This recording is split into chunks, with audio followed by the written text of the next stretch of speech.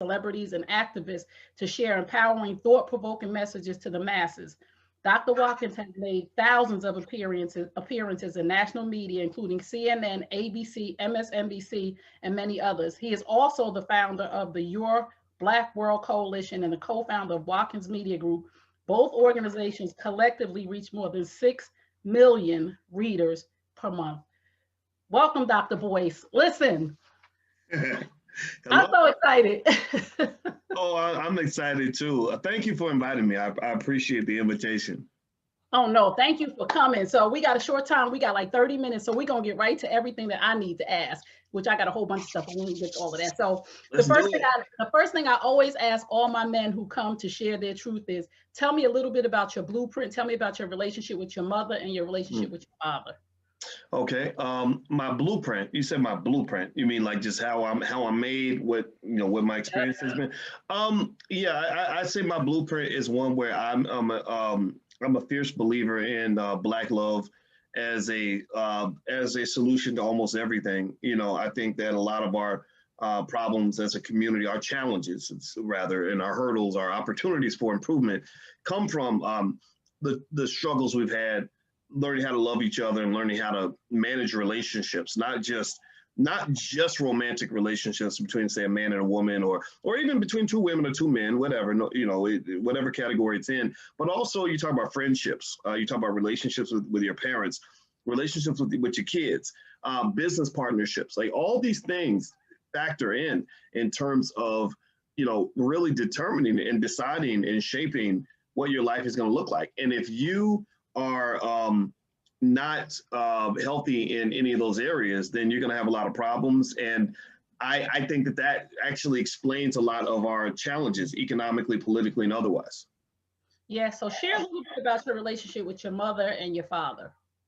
Well, my mother is a strong Christian woman. She was 17 years old when she gave birth to me. She was a single mother at that time. She married my father when I was 3. My mother was very, very spiritual, very energetic. She struggled with some depression when I was a kid. I didn't know it. And she was very, very young. So my parents were learning how to be parents when I was growing up. They were like almost like older siblings, really. I remember, things like my mother's 23rd birthday and stuff like that, and my father is a strong Black man, in all those senses of the phrase.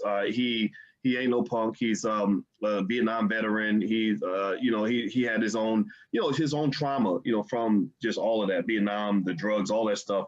But he also became a man of great substance and responsibility. He's very big on family and taking care of the people that you care about, things like that. And so I learned a lot of that from him, and so it's kind of a mixed bag. It's like, growing up, I can't say I had this model childhood, but I also can't say that it was as bad as it could have been. Also, I'm a believer that everything that you go through that's a struggle can be flipped into a superpower if you play it right. And so I appreciate my parents. I feel like they gave me a lot of superpowers. I love it.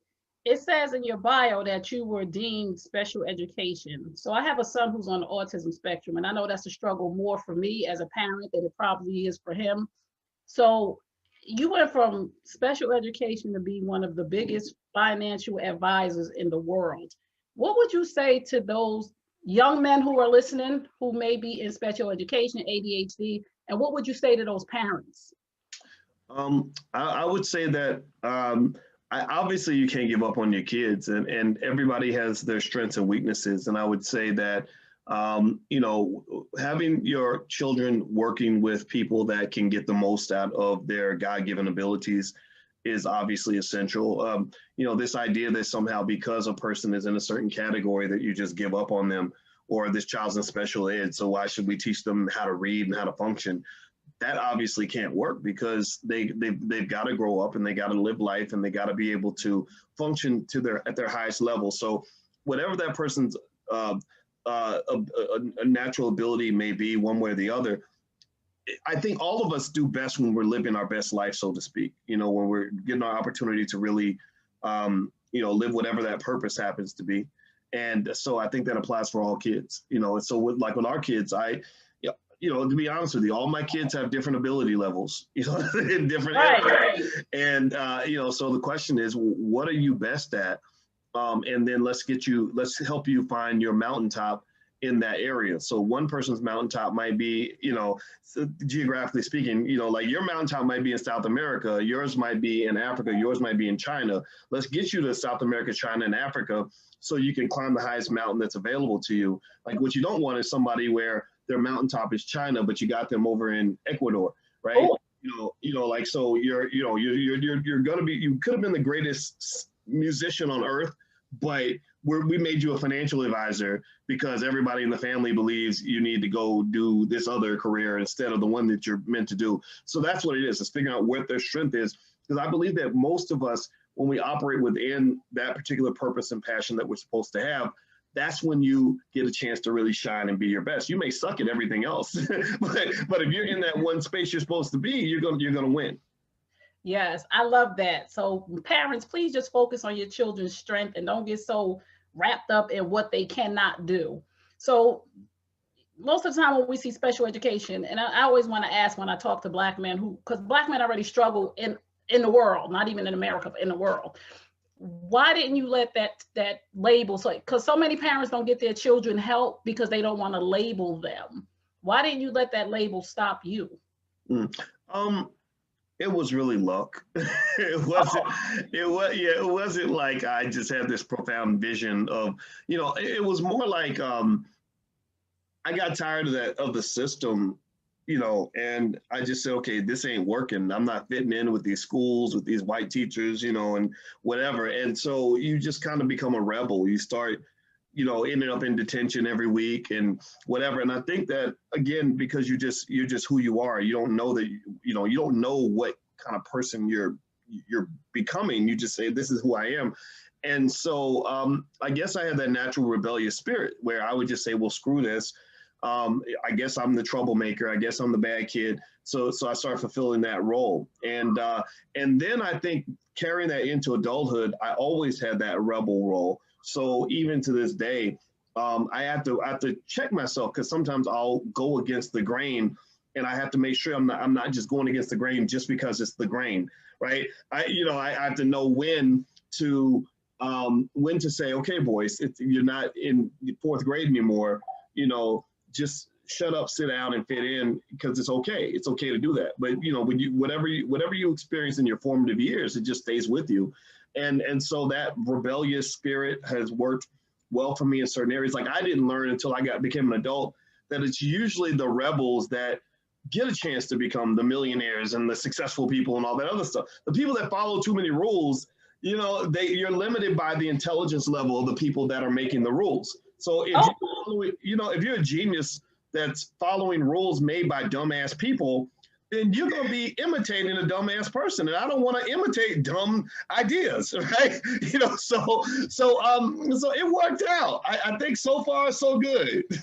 Yeah, and that's good. We can transition right into this question because I see, I went and did my research. I looked up everything about you, and some people don't like you because they said you be doing. Yeah, listen, I thought everybody liked me. What? Who are these people? And it's a lot of Black men that I saw, Roland Martin wannabe and all of this other stuff. How do you listen? Everybody got something to say. How do you deal with the negativity around just really speaking your truth on a regular basis because so many people don't? I learned that, it's funny, like this weekend, you're participating in the Black Love Weekend and stuff like that we have going on. And I was talking to you right before we came on about the fact, or maybe right when we came on, one of the two, about how I believe that love is the secret to everything, right? Black love, Black relationships is the secret. I mean, whether you're talking about wealth and health and everything, like it links to everything. It's like an artery that kind of just goes through the whole body. And if you don't have that, then you don't have anything. And so one of the things that I could add to that is that one of the most important aspects of love is the ability to love yourself, right? Like self-love is a great starting point. Because you don't love yourself, then all kinds of crazy things come out of that. And so when you talk about dealing with haters and negativity and chaos around me, it's really the self-love that kind of becomes a deflector of all that. That becomes the Teflon that just kind of, where none of it really sticks, because, you're not going to tell me who I am. I already know who I am. And I've met that guy, and I just to take an awkward moment of speaking myself in the third person. I'm married a therapist, so I know how weird that is. And but really, like, I've met Boyce, and I like him. Like, I learned how to really respect and appreciate him, and not just the good sides of him, but to also fully accept and love the parts of him that are not so perfect, And so when you come along and you say, "Oh, you're just stupid. You got a big head, and you made a mistake. You blah blah blah." It's like, yeah, okay, whatever, But we just gonna keep this train rocking. We're gonna keep moving, because number one, like, you are all you got. So I can't make myself a more handsome man or a smarter man. This is what I got. This is what I got to work with. But then two, it's like, yeah, when you kind of know who you are, and you've connected with that person, you identify and you love that person, then the world can't kind of knock you off that rock. Like, you're like a rock as opposed to a leaf. Like, some people, unfortunately, when they don't know who they are, I see them like leaves that just will blow. If the wind's blowing east, they'll blow east. The wind's blowing west, they'll blow west. But if you're like a rock is not going to move with the wind. So it really, when I hear stuff and I hear opinions, and the opinions change every day, and everybody got a different one, it's like the wind blowing. It's like, whoa, it's a windy day today, but you're a rock. You weigh 45 pounds. You ain't blowing away with the wind, period.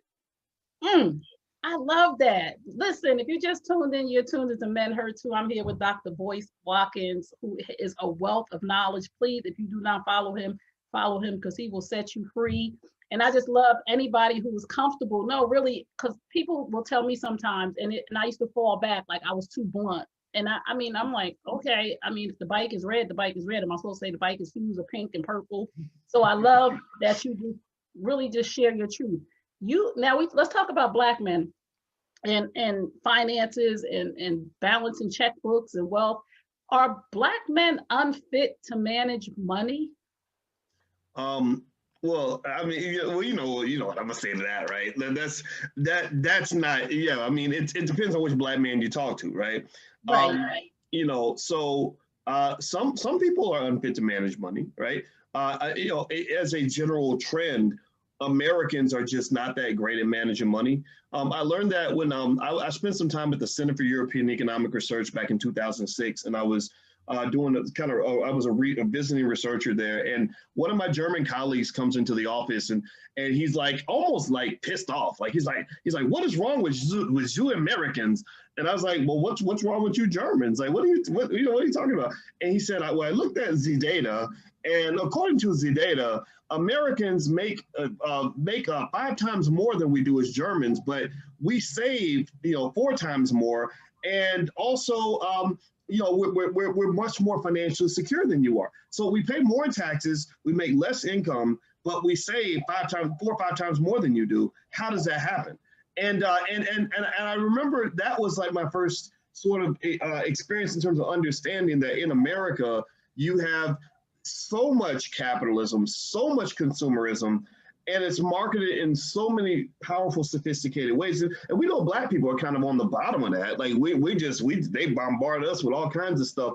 And the study is like lab rats, by the way, to mind control us into buying products, or but not just buying products, like buying into a politician or some idea or something that Hollywood is marketing, some agenda, right? And that's one of the things that led me to kind of say to people that I think that if you want to find your bliss in this society, you're gonna have to really consciously acknowledge your programming and be very specific about rebelling against that programming. It's like if I meet a pretty woman that's trying to seduce me and I'm not paying attention, she might seduce me, right? But if I say, I'm not coming over there. I don't want to see your sexy body and smell your perfume, and no, I'm watching you. No, we're gonna talk about business. We're gonna talk on the phone. We're gonna, whatever it is, right? That allows me to make sure, that I'm always aware that everybody can be duped. Everybody can be sucked into things. So I think that that's what it is. You get sucked into things because they do things so subtly, so slick, when you talk about advertising and the way they get you to max out the credit card to buy something because you really think you need to have it, that the smart people are the ones who just say, I reject that program. And that's why the word consciousness is such an important word. We talk about the conscious community, and everybody uses the word conscience, but I don't know if we think about that. We have to be conscious of the word conscious. Like, what does that mean? Consciousness is the opposite of being unconscious, right? Or affecting the subconscious. So if you think about it, if you're unconscious, then you're vulnerable, right? You can become a victim, right? When people make accusations against, for example, Mr. Cosby, a lot of his alleged victims were unconscious, right? Right. So Cardi B, when she got with her little confession, a lot of her victims became unconscious, so they became vulnerable. So in general, in life, when you are unconscious, you are vulnerable. So consciousness to me means being conscious about all things that matter to you. Conscious about your health. Like, okay, what is this food you feed me, and what's really in a piece of Popeye's chicken that I need to be worried about? Conscious about about your wealth. Where's my money going? How do I get my money? What are some of the vulnerabilities I'm exposed to when I'm working for white people my entire life or whatever, right? Conscious about your relationships. How do I make sure that if I want this relationship with this woman to really work, where do I get the tools to make sure that that's going to work instead of hoping that it just works out or relying on luck of the draw, where my subconscious mind is going to guide everything. And that's when all my trauma and all my little issues come in and destroy my relationship because I'm not conscious and intentional about preserving that, right? So I encourage everybody to really think about what that word conscious means and be conscious about the word conscious. Don't just use it, apply it. Yeah. Oh my goodness, this is so good. You could just drop the mic right there. Listen, we live in this sort of this bubble as Black people. We use a whole lot of excuses. You said something the other day. You said the world is being taught to hate straight men. I just want you to talk a little bit about that because I feel you. Well, you know what? I want to address some of that at the Black Love Weekend this weekend coming up, and maybe when you're on the panel, we could chop it up about that. But I feel like in our society, we just have this weird narrative now that's being consistently pushed to say that straight men are they're filled with this toxic masculinity. I know a lot of guys who are straight who feel like they can't do anything right. If somebody says, oh, well, my husband was abusive, nobody says, well, exactly, explain that. Like, what did he do that was abusive? Like, what exactly is going on here? Let us hear from him and hear his point of view, because what happens is that you create this weird fairy tale, what I think is a bullshit narrative that women are always the angels and can never do anything wrong, and all they know how to do is just innocently stand by this terrible man, right? And men are just these demons and with this and that's not true. I know a lot of guys who are truly are nice guys who are truly hurt, who've truly been devastated in their relationships and didn't really, or at least they can't reflect on anything they did wrong. It doesn't mean that they didn't, right? Because we know relationships are complex, right? Sometimes neither one of us does anything wrong, but we both walk away hurt, right? But it's like, I think that just the way people sort of talk about relationships is incredibly biased. And also, if you think about this, here's one thing in terms of the politics of it all that I observed. If you notice, right? Joe Biden was accused of sexual assault. Nobody talks about it. Cardi B confessed to sexual assault to 14 million people. Nobody said anything about it. Bill Cosby's in jail, right? Now, I believe that if Cardi were Bill, she'd be in jail. If Biden were Bill, he'd be in jail. Why is the Black man in jail, but these other people are operating at the highest levels of society? Nobody can explain that. They can't. So that to me is just one microcosmic example of how the straight Black male is viewed differently, and particularly the Black male, but this is straight male in general is viewed differently from everyone else. Like we don't really see in the media as many conversations about sexual deviance in the gay community, or sexual deviance among or not even sexual deviance, just any form of deviance that maybe women might commit. It's always sort of men and straight men, almost like we're the devil, and I just think that's wrong, and I reject that. I reject it too. That's why I'm here. That's why this podcast is so important. And all the men that I have interviewed have been through some form of trauma and was never, ever allowed the grace and mercy, like you said, that white men are given or Black women are given. So why is it that there's so much negativity wrapped around a Black man, and why is his leadership role always being attacked? Why do you think? I think, well, if you go back, and by the way, I know we say we have 30 minutes, but if you want to keep going, we can keep going. I Okay. got to clear some time out. But I think it goes back to slavery. I think that the black man, particularly those who were intelligent and ambitious and things like that, and courageous, were always seen as threats. And so to manage that threat, like I can't imagine trying to control a bunch of aggressive black men. If I'm a slave master and it's one of you and it's 100 of us, and we all about to go and kick your ass. Like, you're gonna have to do some real circus tricks to control all of that. Like, you're gonna really have to strategize to manage all of that. So if you go back to slavery, there was always an effort to find various ways to humiliate and to oppress the mind of young black males before they grow into something that you can't control anymore. And so, so that humiliation of black men, or the emasculation or the buck breaking. I know Tariq Nasheed has a new documentary on buck breaking. That's been a consistent practice. When Malcolm X died, there was a guy who was a security guard for him who said, he started talking about Malcolm and his death, and he started crying about it. Or he was crying, which obviously is very sad. And he said, "Why are you crying?" He said, "Well, because in America, they want the black man to stay a little boy." He said, "Around Malcolm, we got to feel like men, you know." And that's one of the reasons why I love the Nation of Islam. I feel like, okay, these are men. They're dressing like grown men. There ain't no pants sagging, no broken English, like they're respecting women. They're protecting the community. They want to be educated. They want to be sturdy. I see that as a vision for, like, we at least need quite a few of those men to be pillars of the community. I think that's an important part of the whole Black experience. Now, we know the important role that women play. Like, there's no question. So when I talk about that, I'm not in any way minimizing the role of Black women. And I think that, in fact, to even go deeper into that, when you're sort of seeing the so-called protectors, or whatever it is that people see us as, sort of being constantly chopped down into little pieces and broken in various ways, well, that leaves the Black woman just in a vulnerable position where she's got to take on roles that she may not be comfortable with. And I really believe that good Black women have always been rooting for us, even when we're at our worst and just not performing. The best of Black women that I've seen are the ones who, just really have a lot of, give us a lot of bandwidth, a lot of margin of error, a lot of forgiveness when we're not at our best. And so, it's created like this weird, awkward dysfunction where I think that if I were a Black woman and I were to say, let's say I grew up and the first man I ever loved, my father, wasn't there for me for whatever reason. Maybe something just happened with him and my mother. Maybe he ran away. Maybe he was kicked out. It doesn't matter. He's not there. I can't depend on him. I got to fend for myself. I'm a 4-year-old girl. That's going to affect the way I view everything for the rest of my life. It's going to affect how I view every relationship. Because right there, I was like, okay, I can't depend on a man because, men will do whatever, blah, blah, blah, blah, right? Well, it's unfortunate because there are little girls who grow up in a world where that's just not the case. Like our daughters, we got 2 daughters in the house.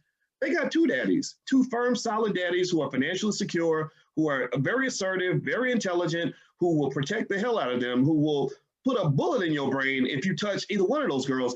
And so they're going to grow up, I think, with a different mindset than they would if they were in a space where all kinds of horrible things are happening because there is no protection at all. And so I think that in terms of how the Black male is viewed, I think we have to acknowledge it, right? I think that we have to sort of just say, okay, I understand why you feel that way. But then I think accept and respect the diversity of Black men. Every Black man ain't no, weak little saggy, soggy punk, they like run around pants droop down, broken English, ain't got a nickel in his pocket, no confidence. Like, there's a lot of Black men. Like, there are men right now listening on my channel who are like, no, that's not me. Like, I'm a soldier. I invest my money. I am educated. I protect women and people that I care about. So I think for us, I think it's acknowledging the diversity, because I know I used to get real frustrated. I remember one time when my daughter was 7, and I went to my daughter's school, and I thought the parent-teacher conference was at, I don't know, 3 o'clock, and it was actually at 9 o'clock. somehow signals got crossed. I got there late. And I remember the teacher, she talked to me like I was her deadbeat uncle who always shows up drunk to the family picnic. You know what I mean? Like she talked to me like I was just the biggest piece of shit that you ever met. Like, oh, there you go, there. You know how do you remember that shit? You know what I'm talking about? That type of thing. Yeah. Like, no. I was like, I'm a college professor. And I'm a man. You're not going to talk to me. You're not going to address me like a deadbeat. Here's what happened, and we're going to fix this right now. And so I think they just kind of all of us really communicating all this is important. And what I like about your platform is that you're letting me sit here and just ramble away and give my perspective as a Black man. And that right there is invaluable because I know a lot of places where Black men don't even get heard. I met a young brother one time at one of my events. He was 19 years old. He was a student at Stanford. And he followed me around the whole day and kept asking. It's like, hey, Dr. Boyce, I got another question. And I love it when young people listen. I'm like, yeah, that's a good thing for you to do because I know a few things. But it was kind of like, dang, this kid is around me all day.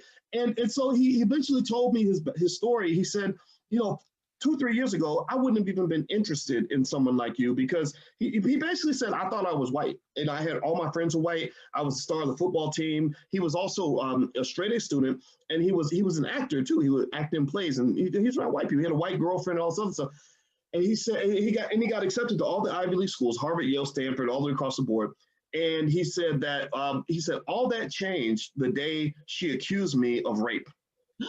He said, yeah, she accused me of raping her. And he said, I did not do it. He said, but I didn't know how to explain to people that I didn't do it. Like there was no proof. It was just her word. And so he said that at that moment, all of his white friends abandoned him. Like he said, all my white friends that I thought I was cool with were like, oh, you're a rapist. We're not going to talk to you. And he said, the only people that stood by me were the Black women. The Black women that were in the play with me, they actually heard me. They didn't necessarily take my word for it or whatever, but they heard me, right? And eventually it was revealed that she lied, that because she was on medication and she had made false accusations before, and so they dropped everything. But he said, I was traumatized. He said, I was so scared. He said, I couldn't trust anybody. I was afraid of being, it's like, he said, I almost felt like I was being assaulted or violated in some way because you're trying to send me to prison. He's on his way to Stanford. They're trying to send him to prison. And he said, so he gets to Stanford, right? And he goes to the Black Student Union, and he's thinking, okay, now you know how it is. You ever see somebody that used to think they're white, and then they discover Blackness, or they go through some shit, and then suddenly they want to be blackity black, extra black, at all the Black functions, right? Black power, everything, right? So he became that guy. So he goes to the Black Student Union meeting, and they're all talking, and he gets up to tell, his story. Like, as a Black man, this is what happened to me. It was terrible. And he said that one of the LGBT students stood up and said something like, you need to be quiet with your straight Black male privilege. Nobody wants to hear about your story, blah, blah, blah, blah, right? And he was like, wait a minute, I'm Black like you. I can't talk. Like, no, my trauma is not as important as your trauma from whatever you went through from being gay. My trauma of being falsely accused and having my life almost stolen from me doesn't mean as much. So that's what literally led to his journey of Blackness. This was a true story. He realized he was Black when they looked at him and that white girl said, he raped me. You immediately are a Black man. And my niece told me something about that. When my son was younger, I had a problem at a school that was mostly white. The teachers were mostly white. And he went there when he was in pre-K, so he started to get older and bigger. And my niece has a master's in special ed, so I had a problem. They said he had bit somebody. They were wearing arm coverings all of a sudden. And my niece said, let me tell you something, Auntie. He is no longer the cute little Black boy, the cute little Black toddler. He has transitioned into the threat as a Black boy, and you need to learn that quick. They real cute when they little, but we live in a society when they transition to a certain age where now he's a Black boy and he is a threat because that's how they are viewed. So get your head out the clouds and understand what's going on. They are wearing armbands like he's some type of animal. She said, of course he is responding differently to them because as soon as he sees that they're hostile. So that makes so much sense that I had to realize at that moment, my son was no longer a little kid. He was a Black boy, and that never left me. So do you think the Black community will always suffer financially, economically, just as far as relationships are concerned, or will we eventually get it right? I don't, not only do I believe that we will eventually get it right, I believe that a lot of us have already gotten it right. I think that there are a lot of right-minded people in the world. And unfortunately, what can happen though is the right-minded people can get with the wrong-minded people. So, and then they get traumatized by wrong-minded people. So it's almost like zombie bites. If you try to date a zombie and the zombie bites you, you're gonna become a zombie too. So, there was that book by Terry Williams, Black Pain, where she talks about how hurt people. And that's what happens. I think most people who traumatize others have been traumatized by somebody else. And so that, again, going back to that word consciousness, I think the relationship consciousness is extremely important. One thing I observed, I wrote a book a few years ago called Financial Lovemaking. And in that book, I remember as I was researching for it, it was more about money and love, but I was researching relationships in general. And one of the things I concluded is that I don't really know if we spend enough time thinking carefully about who we're in relationships with and how we got there. You go out one night, you meet somebody that's attractive, they're very nice to you. Next thing you know, one thing leads to another, and next thing you know, you're tied up with this person for life. And I don't really know if we are checking enough boxes to decide who to even allow into our life, because a lot of snakes sneak in that way, because snakes usually show up dressed up as something other than what they are, right? And so I would almost say that taking the time to process that is really important. And that goes back to self-love, because if you really value yourself and value your happiness and value your life and value your peace of mind and value your future, then you're gonna guard, you're gonna kind of guard that a little in a healthy way, right? But you're gonna guard that like Fort Knox. Like, okay, I got gold buried up under here. I got golden dreams. I have maybe I have some golden sex. Maybe I have, some golden, possibilities in my life. I'm not gonna let any old raggedy fool up in my space. And that's true for men and for women. I've seen women, and because love is kind of a sneaky thing. Love is one of the most powerful forces in the universe, and you can't outsmart God and Mother Nature. And so a lot of us, all of us, have made those mistakes. We've gotten sucked into situations where we're like, how did I even get here? How did I end up in a relationship with a person like this? This doesn't even reflect who I am. But it does. It does. If you ever want to really understand who you are, look at your relationships. That's like looking in the mirror. And for some, hard to do, right? Because we want to detach ourselves from all of our choices. And you can't do that, right? Your life is a product of your choices. So I remember just sort of in my own journey, kind of figuring out like, okay, you have to be real conscious about who you let in and the context of those relationships, because what happens is that if you do it wrong, it can ruin everything. And even to the extreme cases, I know people who have died, who've been killed and you probably do, people who've been killed because they chose the wrong situation as relationship wise. And so at that point, it doesn't matter how many degrees you got. It doesn't matter how good you are with wealth. It doesn't matter, how much potential you have, right? You're the first, Black person to get a neurosurgery degree at Harvard or whatever. It doesn't matter. You choose the wrong person to lay down in your bed. That person's could be bringing poison to your life, right? So I think that vetting process is important. And I think that little basic things, and we can talk about this, at the Black Love Weekend. I think now that you and I are talking, I'm kind of thinking about things that we can cover. I know that, for example, just as one of many examples is that I remember I refused to be in a relationship with any woman that refuses to consider therapy as a preventative measure to make sure you learn how to communicate properly in order to have a healthy relationship.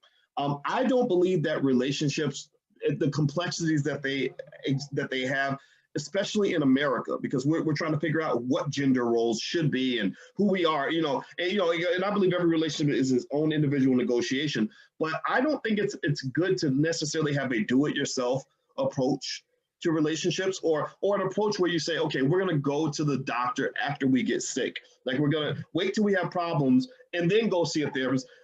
Alicia and I started talking to somebody like when we first started dating, because she's a therapist. So she thinks therapy is good. I'm like, yeah, therapy is good. Even if you're healthy, therapy makes you better. Like you learn really great skills that regular people don't know. And when I think about the mistakes I made in my 20s with relationships, a lot of it came from the fact that we were trying to solve problems that we were not qualified to solve. And so that caused, like, I think about one particular relationship. I had a great woman. I really loved her. She loved me. We loved the shit out of each other, but we were always fighting. And a good therapist could have helped us figure out how to communicate better so we could have saved our relationship. So I don't believe we should take a do-it-yourself approach, not just because it'll avoid the trauma, but also when you really tap in to that magical superpower that's available to you in a healthy relationship, you find yourself flying at higher levels than you've ever flown before. And I always tell people this too, just listening to what you said. If you are in a toxic relationship, you're toxic.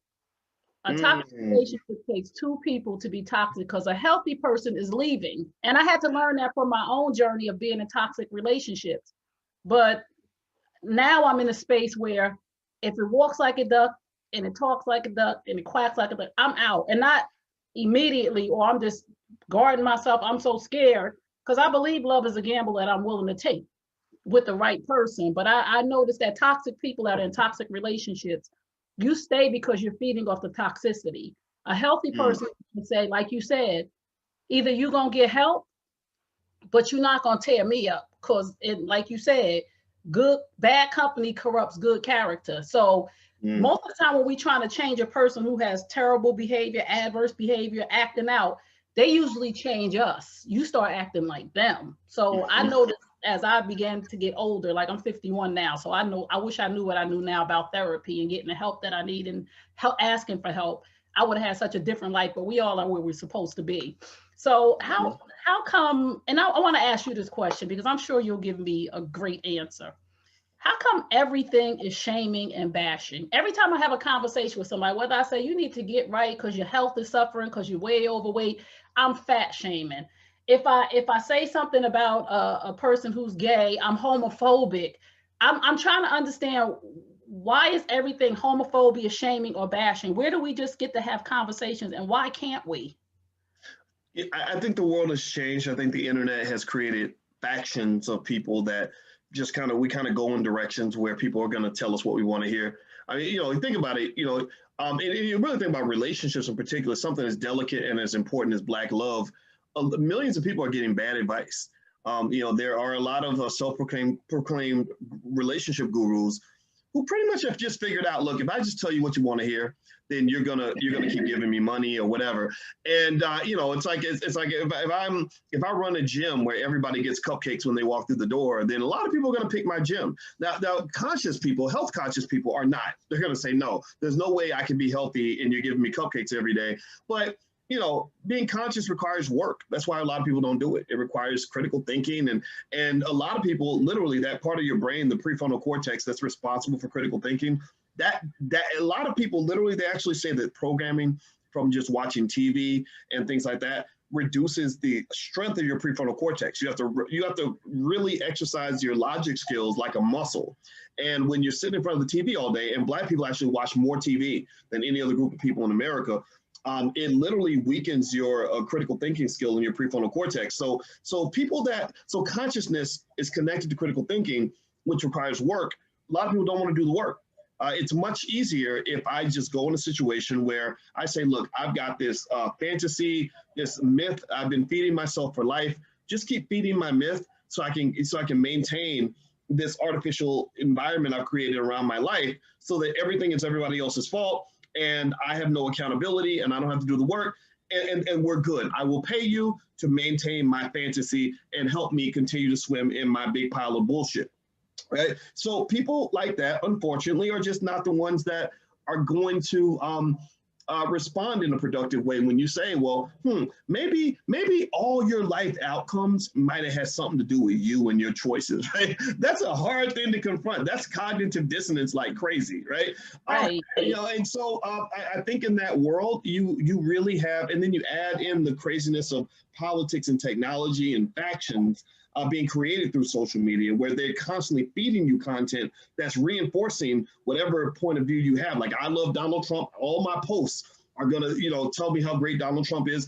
I hate Trump, or I love Joe Biden. All my posts tell me how wonderful the Democrats are, right? And then you start to dehumanize other people who have different points of view. You start to say, well, the reason that you disagree with me is not because you could be rational or have a different point of view. It's because you're an idiot and you're terrible. You're homophobic. You're racist. You're this. You're this.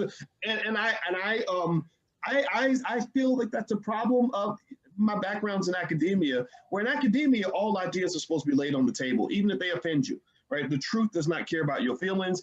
Your best friend, like, when you would present a research paper, back when I was teaching at Syracuse, you can present a research paper and your best friend could literally be your worst critic during that seminar because they're giving you information that will make your paper better. And that's what's something you just accepted, like playing basketball. Like if we're playing against each other, you're going to try to score points. So unfortunately, we don't live in that world. We live in a world where people think that, okay, if you're my friend, you're supposed to agree with me. If you don't agree with me, then you can no longer be my friend. And also what I'm going to do is I'm going to start labeling you in unfair ways so that you will feel shame in challenging my point of view. So I think all of that is wrong. I'm vehemently against it.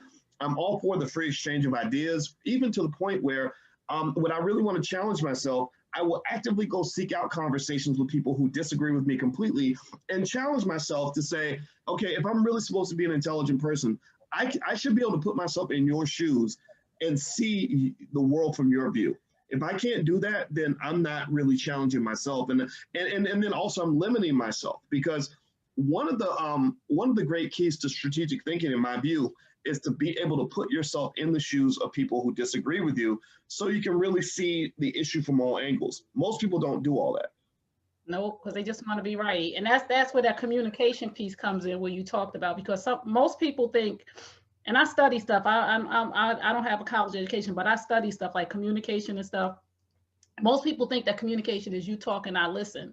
They don't know that there are different type of communicators, like passive aggressive, assertive. So that's like assertive communicating, when you sit down and you're able to understand other people's point of view without it becoming, we can agree to disagree. Like, so many people can't agree to disagree. And that's what drives me crazy on social media. Like, you talk, like, people say stuff, negative stuff to you about you. You want to be this, or you think you're that.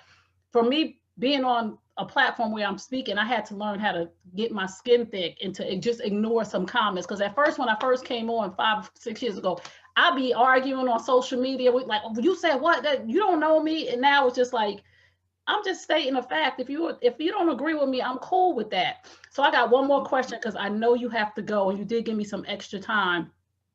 I just want to, why do you think that as Black people, like right now we're saying, some Asian people have been attacked in their communities, and there's a lot of that going on right now. We take on everybody else's plight. Like when Black Lives Matter, and I'm not saying that we shouldn't care about the Asian people. I'm not saying that. But when Black Lives Matter was going on, and George Floyd had got killed, and Trayvon Martin, we didn't see a lot of Asian people saying, we got to change this, Black Lives Matter. So why do you think as Black people, is it because we follow all the trends, or we want attention? Why do we take on everybody's plight but fail to stay the course for our own? I would say that it's because we're used to putting ourselves in last place. I'm a big believer that white supremacy is a two-way street. It's a two-way tango. If you're white, you believe that you're superior to me, but also I believe I'm inferior to you, right? Because if we both walk in and you think you're superior to me, and I think I'm superior to you, then we just gonna have to fight it out. Like a basketball game, when the Lakers play the Clippers think they're superior to the Lakers think they're superior to the Clippers. So you're gonna have to settle it out, and the final score will tell us who's superior to who on that day.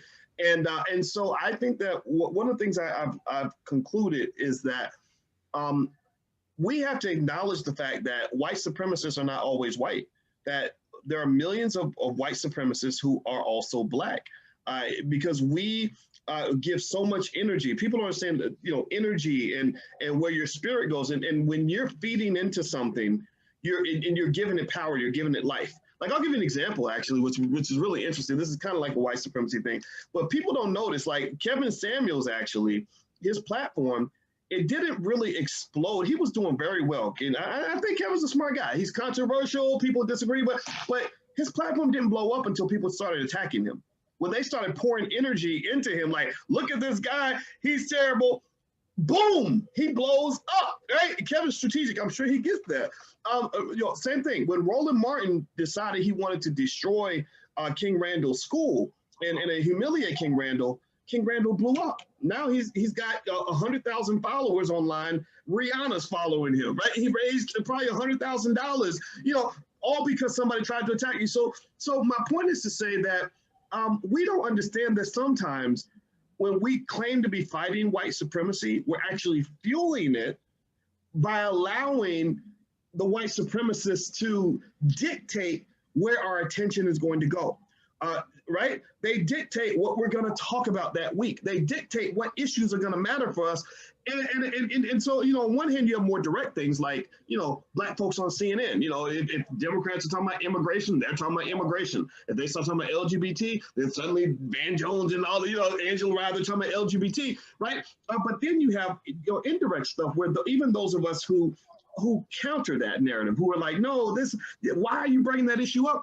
Well, sometimes we start actually fueling white supremacy, I believe, by reacting. Even if I'm fighting against you, the fact that I'm reacting to you means that somehow I'm acknowledging you. I have to see you before I even begin to even fight you. You have to be worth something to me in my mind for me to even feel like you're worth me taking the time to fight you, right? So when they talk about love, they say that, you probably heard this, the opposite of love is not hate. The opposite of love is indifference.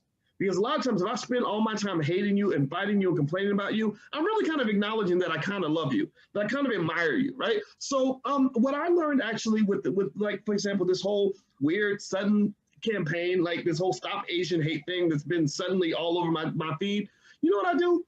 I just ignore it. I literally I'm like people are like, what do you think about this Asian hate campaign? I'm like, what are you talking about? These people are not I'm not talking about that community, but the media and the people that are fueling all this, yeah, it's an agenda. They're trying to get people on board with a certain set of ideas. They decided this is the flavor of the month, and we're following suit. I'm not playing that game with you no more. I'm thinking about my kids. I'm thinking about my community. I'm thinking about how we can build. I'm thinking about Black love. I'm thinking about, connecting and understanding Black women better. I'm thinking about helping my brothers elevate. I ain't thinking about, you tell me about one incident, in New York, a Black man beat up an Asian man. I'm so sorry for both of those people or whoever's involved in that. I hope that they do well, but that's one incident out of about 10 billion things that happen in this country today. That's one thing. I'm not going to let you decide that I'm going to center my whole world around that one thing that you decided you wanted to talk about. So I think that I would encourage people to kind of realize that one of the symptoms of white supremacy is that you kind of allow them to drag you around like a dog and get you focused on various talking points, because you can't do that to them. Like, they're not going to start talking about something just because we decided that was the news item of the week. They don't respond to us in that way, but we're always responding to them. And I think it's because deep down, remember, it goes all back to that first thing we talked about when we first got in here, that self-love thing. I believe that because we don't really love ourselves, there's something weird about being Black where you almost feel like you're nothing until they start to acknowledge you. Right. And they start giving you awards, or they give you a fancy job, or they tell you that you're smart. Then you're like, oh, I'm smart. I'm beautiful. I'm worthy. Right. When really you were worthy all along. And if you knew that you were worthy all along, then you wouldn't need these people, these false prophets, if you will, telling you that you're worthy. Like, it really wouldn't matter or wouldn't mean anything to you. Wow. That makes so much sense, because I remember natural hair. People hated natural hair. Like, women wearing their hair natural. Everybody had all women had a perm. Women was wearing weaves, and all of a sudden, when media made it popular, everybody thought it was beautiful. It's always been beautiful. My niece has always been natural. She's the one that got me to go natural 6 years ago, before it was popular. She's like, just let your hair grow. Stop putting that stuff in your hair. You got pretty hair, Auntie. What are you doing? I'm like, I want it straight. She like, Auntie, go somewhere and sit down. Like, she got me into a bunch of natural stuff, but the media had us programmed as Black women that straight was right, straight hair was right, you know, this was right, that was right. So I love the way you just, anybody who's listening right now, stop being puppeted by America. Like anytime America can control, or anytime a person, and stop being puppeted, period. And I tell some of my clients this, like, when you self-control is the beginning of winning. When you allow another person to puppet you, when they can jar your emotions or make you angry, you just a puppet. So we got to learn how to not focus on what media is telling us to focus on, and really focus on the things that are important in our life. That's what I do. I focus on, you know, men hurt too, because I feel like Black men are dope. I feel like I interviewed 40 Black men, right? 40. Not one of them was disrespectful. Not one of them jumped in my DMs. Not one of them said nothing smart. But that's the way they portray Black men. Like, oh, Trey, you must have interviewed 40 Black men. They must have been all trying to kick it to you. Actually, none of them actually did. And they're like, what? I'm like, because that's not, these are my brothers. So we got to change the narrative of what America wants us to think that a Black man is. I'm only around healthy Black men because that's where I choose to go. I choose to connect myself. Dr. Boyce, may I interview you? You know, Darren Henson, may I interview you? I'm trying to connect myself to healthy Black men. So I want to give you the final word. What would you say to our Black brothers who are listening in America? What would you say to them, and how can we as Black, not only Black women, but Black people support you guys better? Okay, well, first thing I'll say before I forget is, you know, this weekend, you know, you participate in the Black Love Weekend, which is the blackloveweekend.com, and it's free. And, you know, it is something we sponsor in the Black Business School because these issues are important. You know, the more I think about it, the more I realize relationships are everything. And shout out to people like George Frazier, who actually, he wrote Success Runs in Our Race. And he was one of the first people to help me kind of understand that how you relate to other human beings is critically important to your success in almost anything. And it's not just romantic stuff. It's really, you know, just how do you greet a stranger? You know, are you presenting yourself as helpful to that person, or, you know, what is your gait, you know, when you're just interacting with people? Like, I just think all those things are so important for life, success, business, happiness, all that. Now, specifically speaking, you mentioned what you said, message to my brothers. What would I share with them? Well, I would say that as a Black man, my view is that we definitely don't need anybody telling us what it means to be a Black man, unless it's a person that is rooted and understands the community. There are aspects of Black maleness that nobody else really understands the way we do. Just like when my fiance is telling our daughters how to be a woman, there are times when I realize I need to step out of the room. Like that's just, you know, that's a conversation that's above my pay grade. I can tell them certain things, right? I can give them a father's perspective, right? But there's times where their mama needs to tell them these things, right? And so I become a little baffled when people think it's offensive to say the same thing applies to men. That, you know, that when a Black boy's learn how to be a man, he needs to hear some of that from another man. You know, and his mama might be Superwoman 101. Right? We know all these things, right? We've seen all this, but that boy needs to hear from a man or two or three or 10 so he can shape his own perception of manhood. Because that's the other thing too. Even when you're learning how to be a man, I don't know if it's healthy to learn all of your manhood from one man. Like DMX, for example, talks about how his number one male role model was the guy who introduced him to crack when he was 14 years old. Right. So even when you're learning from a man, it's got to be different perspectives, you know, because a lot of times what you see, I believe, when you see failures in Black manhood is, you know, there are guys who learn how to become men by watching their favorite rappers. Well, sometimes that ain't healthy. Some of that lifestyle they present, they're smoking, drinking, killing, wasting all your money, sleeping with 1,000 different women. That's not, you know, that's not healthy. You know, don't get me wrong. There's a conversation to be had around that. You're like, okay, if you smoke a little bit of weed, okay, there's ways to do that maybe in a healthy way. If you drink a little bit, that doesn't necessarily make you bad or good, but it shouldn't shape anything. Like there shouldn't be sort of these weird stupid deal breakers of manhood that people get. Like I mentioned the other day how I went to Guyana and there was this guy I met, and I think he might have been a dope dealer or something. He wore the shirt down where his hair was coming out of his chest. He had a big old mansion and boats and servants and everything, and he kind of came off like this, drug lord type dude, real masculine macho type guy. And he's like, and he offers me a drink, and I'm like, oh, that's okay. I don't want to drink. I'll take some water. And he's like, oh, well, in Guyana, we'll make fun of you if you're a man and you don't drink. And I got offended. So when you try to challenge my manhood, then I man up. I'm like, well, no, well, fuck you too. Like, no, we're not doing that today. You're not going to tell me that I'm only a man if I want to drink.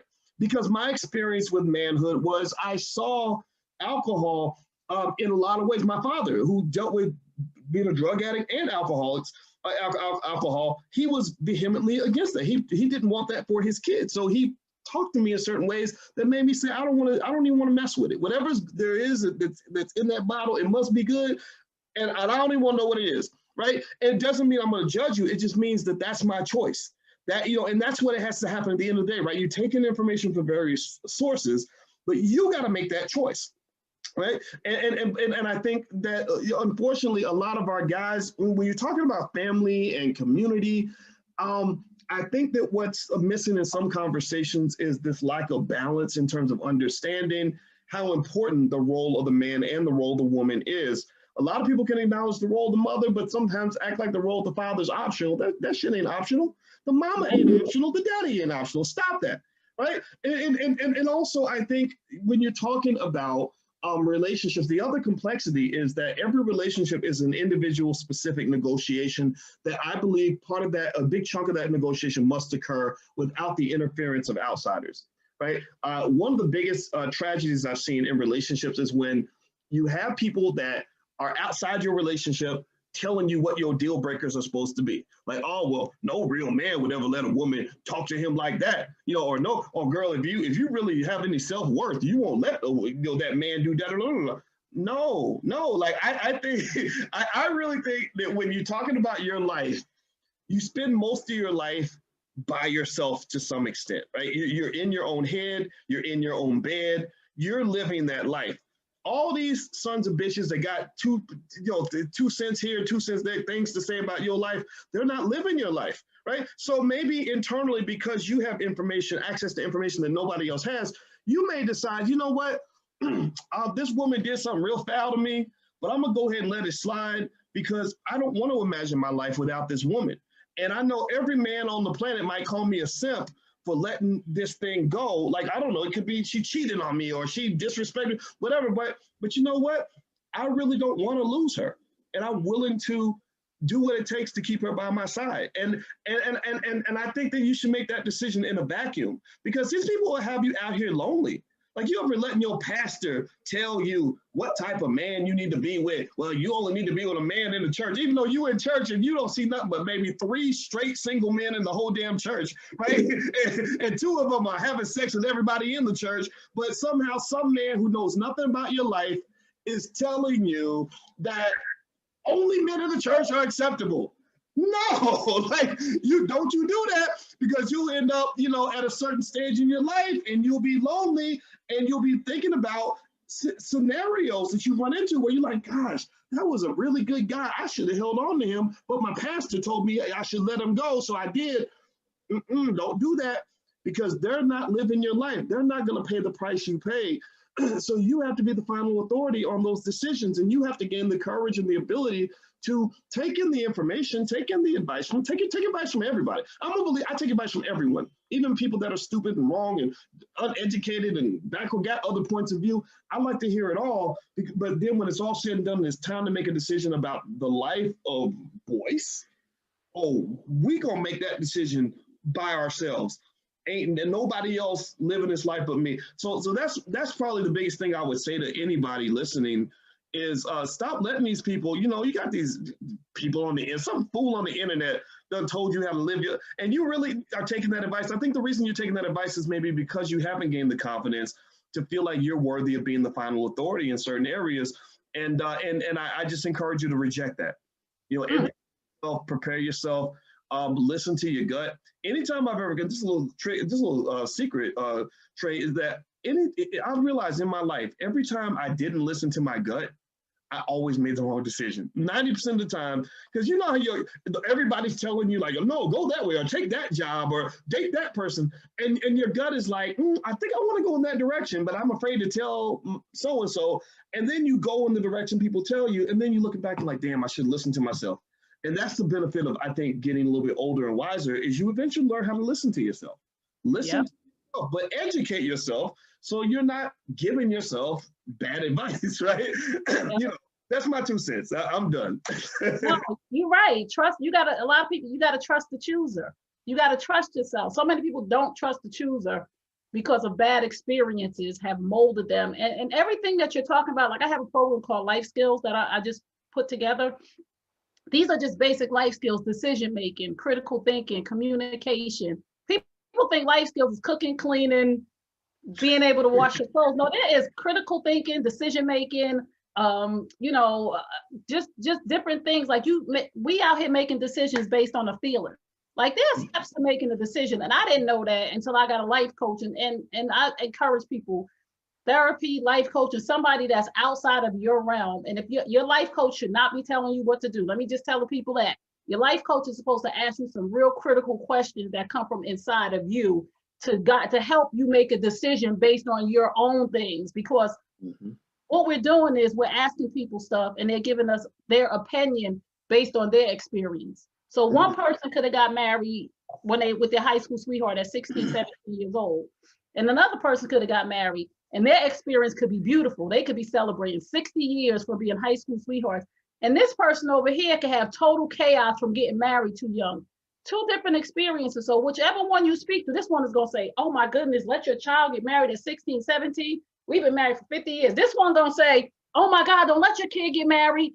I got married when I was 17. It was the worst. So what we're listening to is just other people's experiences. Everybody's experience is different. So thank you for that. Made so much sense. So at the end of the day, when I make a decision, I always know, Trey, you're going to have to deal with the consequences of your actions. Only you.